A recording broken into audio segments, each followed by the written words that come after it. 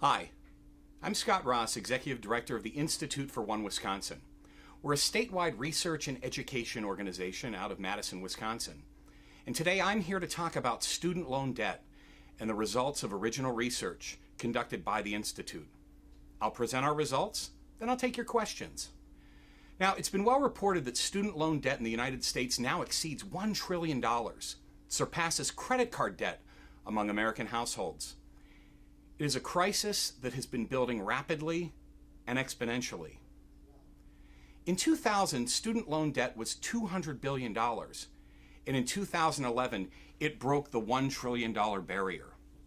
Now, according to the Project on Student Loan Debt, the average debt per student in Wisconsin is $24,627. That's the 15th highest nationally, and 67% of students will have at least some student loan debt. This is a burden that has been previously cited in testimony before Congress as impeding consumer spending and a more robust economic recovery. So what does being saddled with tens of thousands of dollars in student loan debt, possibly for decades after graduation, mean to individual households and state and local economies? Well, the Institute for One Wisconsin decided to check it out. How did we get here? How did a college education, once the golden ticket to middle class and prosperity, instead become a path to decades of virtual indentured servitude? Increasingly, students and their families have been unable to absorb the cost of college in their budgets, as the average tuition has increased 600% since 1980. And as more students and their families were forced to take out loans, federal laws were changed to remove bankruptcy protections, restrict refinancing rights, eliminate statutes of limitations and truth in lending requirements, repeal fair debt collection practice requirements, and even override state usury laws. Unprecedented powers of collection were granted to the lending industry. The formerly government-sponsored Sallie Mae was spun off as a private corporation, and student loans were purchased in the secondary market by private companies that were allowed to make direct, federally guaranteed loans. And federal legislation was passed to encourage student loan debt consolidations, increasing the length of indebtedness and increasing the total amount paid to retire the loan. These law changes tilted the system against borrowers, as rising tuition forced more and more people into the vicious cycle of student loan debt.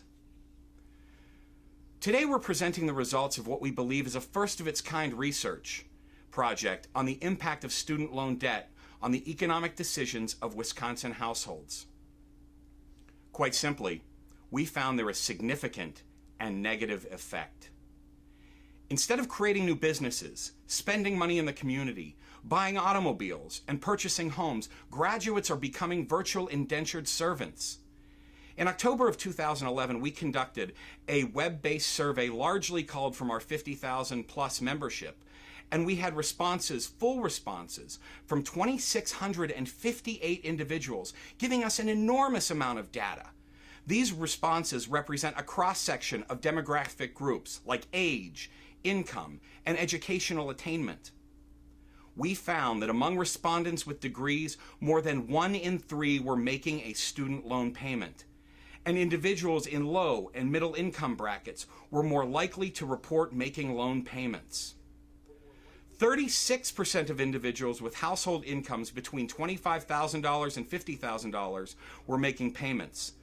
33.1% in the $50,000 to $75,000 income range, and 16.5% with incomes in excess of $150,000. The average reported monthly loan payment was $388, with an average range of $265 for individuals with some college but no degree, $350 for individuals with a bachelor's degree, and $448 for those with no degree. For $448 for those with graduate degrees. So we can see there is significant burden on the budgets of households with average means. And this impacts purchasing decisions. Households with student loan debt were more than twice as likely to purchase a used rather than new vehicle. Let me repeat that. Households with student loan debt were more than twice as likely to purchase a used rather than new vehicle. Meanwhile, households with a monthly student loan debt payment bought new and used vehicles at basically the same rate. Based on our research, we conservatively estimate that student loan debt among Wisconsin households may reduce annual new vehicle spending by $201.8 million a year. Student loan debt and renting versus owning a home are also strongly correlated according to our research. Consider that 85.6% of renters with a household income between $50,000 and $75,000 are paying on a student loan. Alternatively, across all income categories, homeowners were more likely to have never had a student loan, over 53% in the $50,000 to $75,000 income range. Our survey data also suggests that individuals may be accessing private loans at a higher rate since federal laws were changed in 1996. And although our sample was small on this point, other independent research confirms the significant increases in private student loan volume. Our survey results also suggest that beginning in 1997, the number of people who have consolidated their student loans has increased significantly over historic average rates. 31% of respondents who have had or had a student loan report having consolidated their student loans by 2011. For comparison's sake, the 1996 figure was just 6%. While simplifying payments, the impacts of student loan consolidation are also to extend the repayment period and therefore total amount paid given specific interest rate levels. Our survey respondents reported the average loan terms of 18.7 years for bachelor degrees and 22.1 years for advanced degrees. Now, on the positive side, some steps have been taken to start to undo the damage in the mid and late 1990s, including making the government the originator of federal loans, capping loan payments as a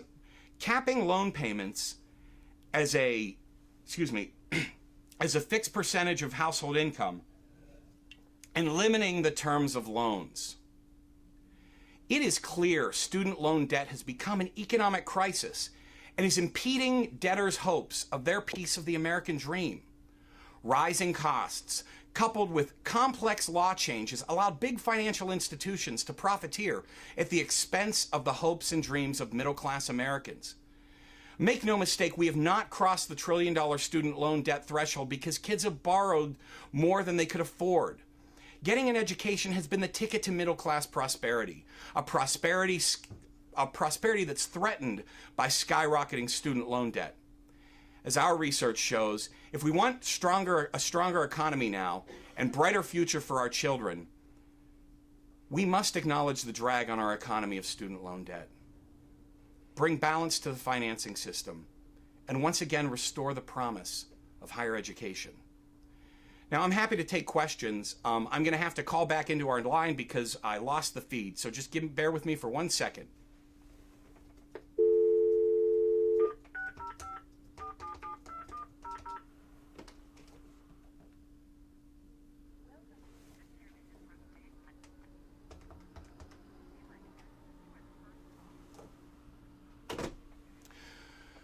All right, so we're going to take questions from our online viewers, and we'll get those in just a minute.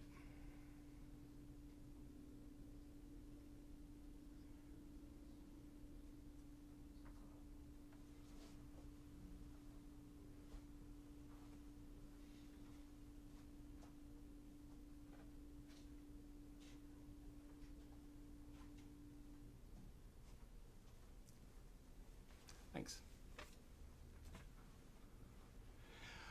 Question we had was, are the results available online? Yes, we will be posting momentarily the full results of our survey, including all the research methodology used, and all of those results. We'll make sure that everybody has access to them, so you can see the science behind what we found. Again, it's shocking research in a sense to see just how much we have how much the economy is being impeded when it comes to new car purchasing, when it comes to home ownership, those things that really are at the center of being middle class in America.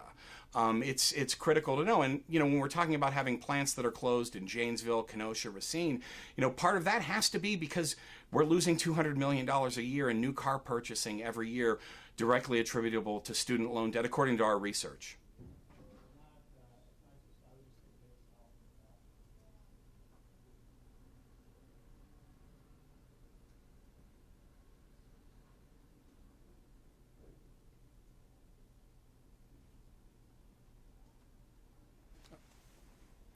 We got a question. How many people participated? Well, we had 2,658 people who filled out a comprehensive survey we did online about student loan debt that asked incredibly, it asked a whole panoply of questions about your finances, about your purchasing power, about your student loan debt. And again, we had 2,658 people fill out the full but confidential survey.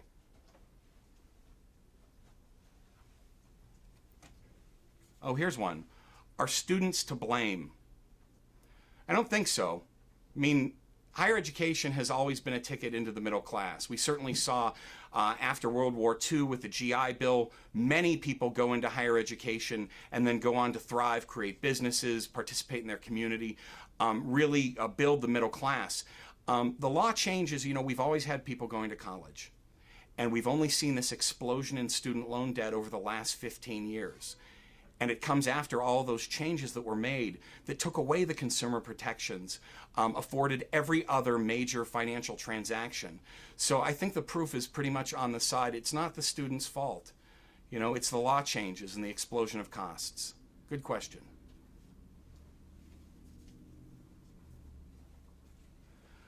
Do you have ideas on how to fix this? Well, the Institute for One Wisconsin is going to take on this issue as a multi-year campaign. We want to do more research, do more education, talk about the problem, and come up with solutions. I mean, there's certainly a lot of changes that could be made at the federal level, and some have been made already, and that's important. The ending of privatization was critical.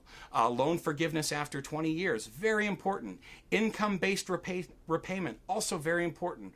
There's more work to be done, and we'll be coming up with solutions and suggestions over the coming years to make sure we can get this crisis under control and really turn it around so the economic power of young people who are going to college and getting out can be fully realized. You grow the economy by having people spend money in the community, create jobs, and student loan debt is clearly an impediment in that process.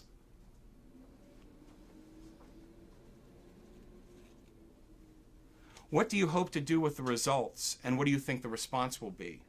Well, I think it's a provocative study because, again, this is a crisis that has, for the most part, been unreported up until the last year or so.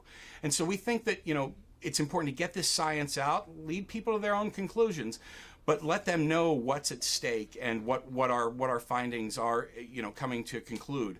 And I think it's important, again, when we look at what the research shows, it shows that we're losing, just in the state of Wisconsin, over $200 million a year in new car purchasing, and that if you have a student loan, you're 2/3 more likely to be a renter than own that piece of the American dream, that being your own home.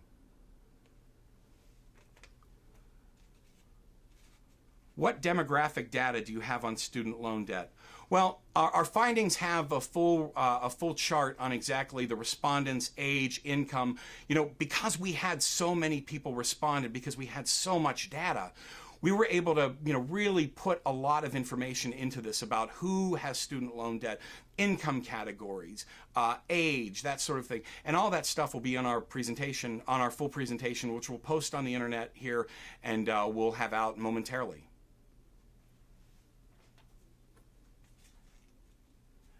How are we going to activate the proposed reasonable changes?